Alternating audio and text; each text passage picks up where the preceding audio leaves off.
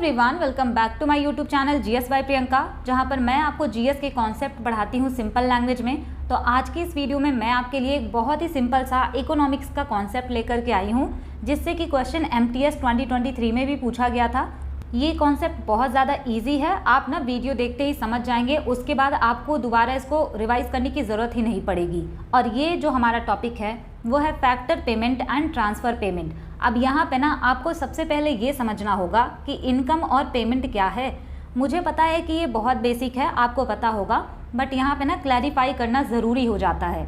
Income का मतलब होता है आपकी आय, और पेमेंट का मतलब होता है कि आपने किसी को पेमेंट किया, किसी को आपने पैसे दिए तो आपने पेमेंट किया, लेकिन आपको अगर पैसे मिले तो वो आपकी इनकम हुई। टॉपिक में मैंने लिखा है ना factor payment and transfer payment, but यहाँ पे लिखा है factor income and transfer income. तो ये चीज़ें दोनों हो सकती हैं। अगर आपने किसी को पैसे दिए तो उसका क्या हो जाएगा, ये पेमेंट हो जाएगा आपका, लेकिन इसको वो पैसे मिले ना तो इसके लिए वही चीज़ इनकम हो जाएगी। तो ये चीज़ें दोनों होंगी, तो कंफ्यूज नहीं होना है आपको। तो चलिए अब स्टार्ट करते हैं यहाँ से। फैक्टर इनकम वो इनकम होती है जो कि फैक्टर्स ऑफ प्रोडक्शन की सर्विसेज देने की वजह से आपको मिलती हैं। सिंपल लैंग्वेज में आप ये समझ सकते हैं ना कि फैक्टर इनकम का मतलब होता है मेहनत की कमाई। अब मेहनत की कमाई क्यों इसको मैं बोल रही हूँ, फैक्टर इनकम को मैं मेहनत की कमाई इसलिए बोल रही हूँ ना क्योंकि ये इनकम आपको तब मिलती है जब आप फैक्टर्स ऑफ प्रोडक्शन में कुछ योगदान करते हैं, कुछ सर्विसेज प्रोवाइड करते हैं, तो उस पे आपको जो पैसे मिलते हैं वो आपकी होती है फैक्टर इनकम।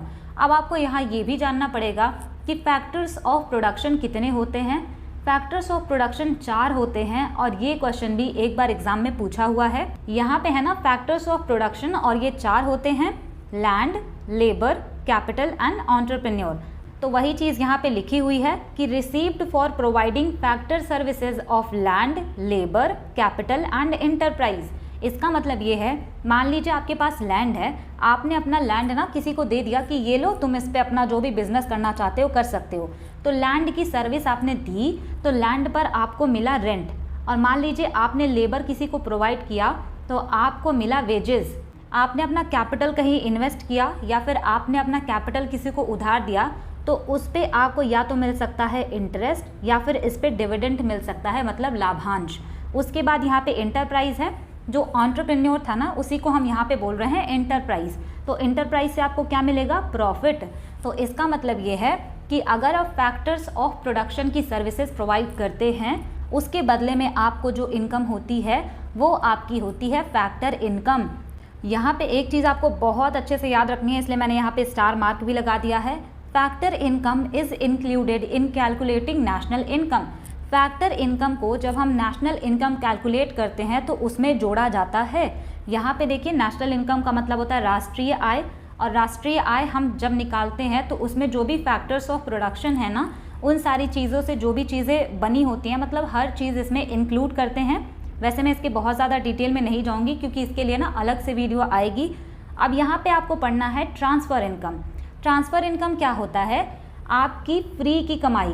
अब आप सोचेंगे फ्री में कमाई कहाँ होती है, होती है, मान लीजिए आपके घर पे बचपन में गेस्ट आते रहे होंगे ना, और जब वो जाते हैं घर से तो क्या करते थे, 100 रुपये 200 रुपये ऐसे हाथ में पकड़ा जाते हैं ना, तो उसके लिए आपने उनको कोई सर्विसेज नहीं प्रोवाइड की, लेकिन फिर भी आपको वो पैसे मिले, तो वो आपकी ट्रांसफ़र इनकम हो गई। दूसरा एग्जांपल लें तो आपके पापा बचपन में आपको पॉकेट मनी देते थे, तो उसके लिए आपको उनको कोई सर्विसेज नहीं देनी होती थी, फिर भी आपको पॉकेट मनी मिलती थी। अब आप बताइए, सरकार अगर स्कॉलरशिप देती है, पेंशन देती है, या फिर बेरोजगारी भत्ता देती है, अनएम्प्लॉयमेंट अलाउंस, या फिर सब्सिडी देती है किसी चीज़ पे, तो आप इसके लिए सरकार को कोई सेवा नहीं दे रहे होते हो, लेकिन आपको जो है ये इनकम मिलती है, तो इसको हम बोलेंगे आपकी ट्रांसफ़र इनकम। जो आपको पे करेगा उसके लिए तो ट्रांसफ़र पेमेंट होगा, लेकिन आपको मिला तो आपके लिए ये ट्रांसफ़र इनकम होगा। नीचे ये चीज़ें हिंदी में भी लिखी हुई हैं, तो यहाँ पे यही चीज़ लिखा है कि income received without rendering any productive services in return, यानी बिना किसी सर्विसेज के आपको जो इनकम रिसीव हुई वो आपकी ट्रांसफ़र इनकम होगी, और ये यूनिलैटरल होती है, एक तरफा होती है। इसका मतलब ये है कि आपको बस पैसे मिले और बाकी चीज़ें ख़त्म, मतलब आपको कोई सर्विसेज इन रिटर्न नहीं देना पड़ेगा। अगर हम यहाँ पे बात करें फैक्टर इनकम की, तो ये बाईलैटरल होता है, ठीक है। बाईलैटरल का मतलब आपने सर्विसेज दी, उसके बदले में आपको जो है ये इनकम मिली, तो ये बाईलैटरल हो जाएगा। और ट्रांसफ़र इनकम जो है आपका यूनिलैटरल हो जाएगा। अब यहाँ पे एक चीज़ आपको बहुत अच्छे से याद रखनी है कि नेशनल इनकम जब हम कैलकुलेट करते हैं, ये क्वेश्चन पूछा हुआ है एग्ज़ाम में, इसी वजह से मैं नीचे इसको नहीं लिख रही हूँ क्योंकि यहाँ पे हम कवर कर ले रहे हैं। नेशनल इनकम को कैलकुलेट करते वक्त हम कभी भी ट्रांसफ़र इनकम को इंक्लूड नहीं करते हैं। ये मैं PDF में लिख दूँगी, ये मैं लिखना भूल गई थी इंग्लिश वाले में, हिंदी में लिखा हुआ है। तो यहाँ पे आपको एकदम अच्छे से याद रखना है कि फैक्टर इनकम को हम नेशनल इनकम कैलकुलेट करते वक्त उसमें शामिल करेंगे, लेकिन नेशनल इनकम कैलकुलेट करते वक्त हम ट्रांसफ़र इनकम शामिल नहीं करते। यहाँ पे वही चीज़ हिंदी में लिखी है, फैक्टर इनकम को बोलते हैं कारक आय, ट्रांसफ़र इनकम को बोलते हैं हम हस्तांतरण आय। इसका मतलब ये है कि उत्पादन प्रक्रिया में कारक सेवाएं प्रदान करने के लिए आपको जो आय प्राप्त हो उसको बोलते हैं कारक आय। जैसे कि भूमि, श्रम, पूंजी, उद्यम सेवाएं प्रदान करने के लिए आपको ये दी जाती हैं। उसके बाद है किसी भी देश के सामान्य निवासियों की कारक आय को राष्ट्रीय आय में शामिल किया जाता है, मतलब फैक्टर इनकम को शामिल किया जाता है। और इसका एग्जाम्पल है किराया, मजदूरी, ब्याज और लाभ। ट्रांसफ़र इनकम को हम कहते हैं कि ऐसी आय जिसके बदले में कोई प्रभावी सेवा प्रदान नहीं की जाती और ये एक पक्षीय होती है, मतलब एक तरफा होती है। राष्ट्रीय आय में इसको शामिल नहीं किया जाता। ट्रांसफ़र इनकम जो है ये आपको यहाँ भी मिल सकती है और विदेश से भी मिल सकती है। इसका मतलब ये होता है ना कि मान लीजिए आपके घर में कोई है और वो दुबई में कमा रहे हैं, तो वो कुछ पैसा इंडिया में भेजते होंगे ना, तो उन्होंने जो पैसा अपने घर पे भेजा उसको हम कह देंगे कि वो विदेश से मिली है, लेकिन फिर भी वो ट्रांसफ़र इनकम है। यहाँ पे एग्जाम्पल भी लिखा हुआ है। यहाँ तक हम चीज़ें कर चुके हैं और इससे बहुत ज़्यादा क्वेश्चन नहीं आए हैं, और इसमें जो भी मैंने आपको थ्योरी बताई ना, इसी से क्वेश्चन पूछा गया था। तो आपका इसमें प्रीवियस ईयर क्वेश्चन कवर हुआ है, लेकिन फिर भी MTS 2023 में ये क्वेश्चन आया था, तो आपको इसको ना ट्राई करना है, फिर मैं आंसर बताऊँगी।